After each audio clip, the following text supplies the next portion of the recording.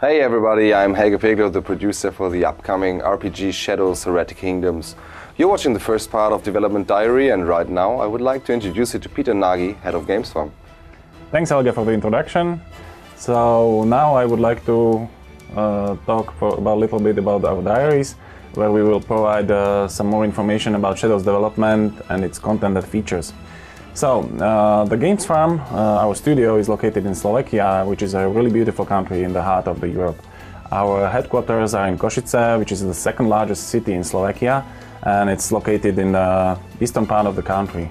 But let's not waste time and let's jump right into the studio where we work on Shadows. Oops, that's Cattle Farm. That's not definitely a Game Farm, so I don't know how that's happened. Okay, sorry. So here we are in the right farm finally. This is our studio where we work on the Shadows Heretic Kingdoms.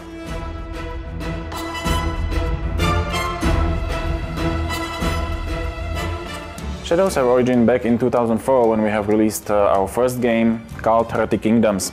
Shadows bring a unique combination of action-oriented combat, deep engaging storyline, branched dialogues, puzzles, and this all together creates a unique combination to this genre. Combat is important, but equally important puzzles, story, and boss challenges and dialogues. We have designed Shadows as an RPG with spoken dialogues, swinging swords, and a complex of character development. Players who played our original Cult may encounter really familiar characters and locations in Shadows. But you know, some time has passed since the events of Kult Heretic Kingdoms, and the world has really changed. The environment variety is huge in Shadows. We have jungles, we have deserts, mountains and plains, frozen lands and volcanic regions, and we will visit even the mystical and ethereal places. But we will return to the environments later on in Travelogues. For Shadows we have considered several engines and developed multiple prototypes.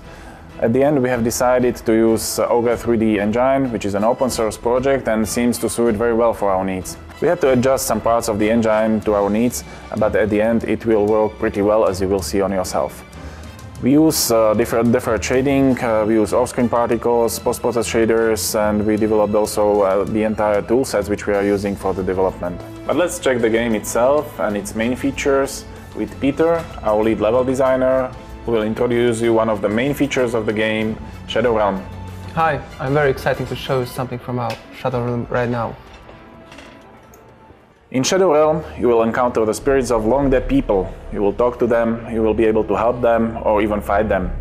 While some of the characters are present only in one world, the other characters, like mages for example, and perhaps some elementals and others, are present in both worlds. They are so-called Shadow Walkers.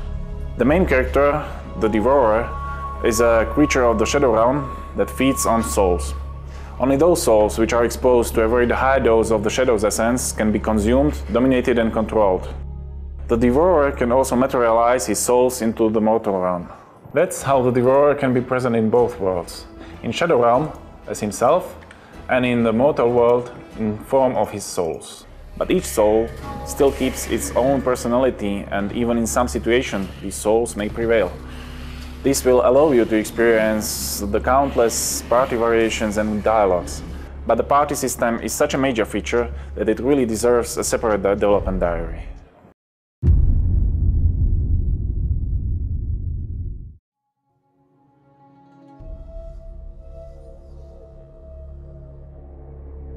The blasted plains of the Outlands, perhaps the most desolate place in the Heretic Kingdoms.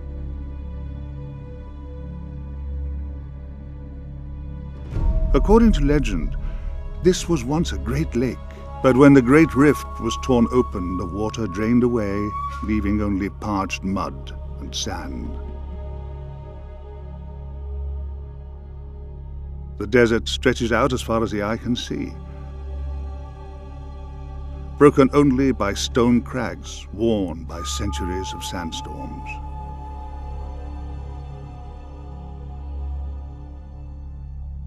The Outlands have long been infested with undead, since all who die amidst the dust soon reanimate, unless their body is disposed of carefully.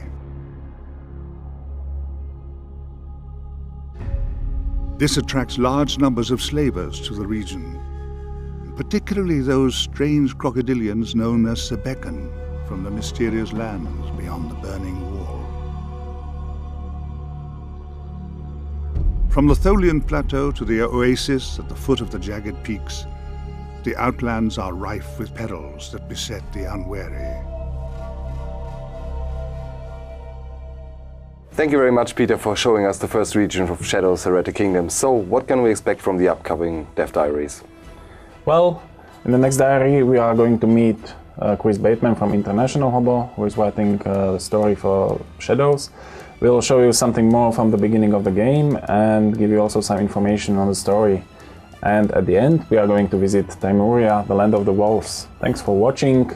Comment it, like it and share it. Bye. Thank you. Bye-bye.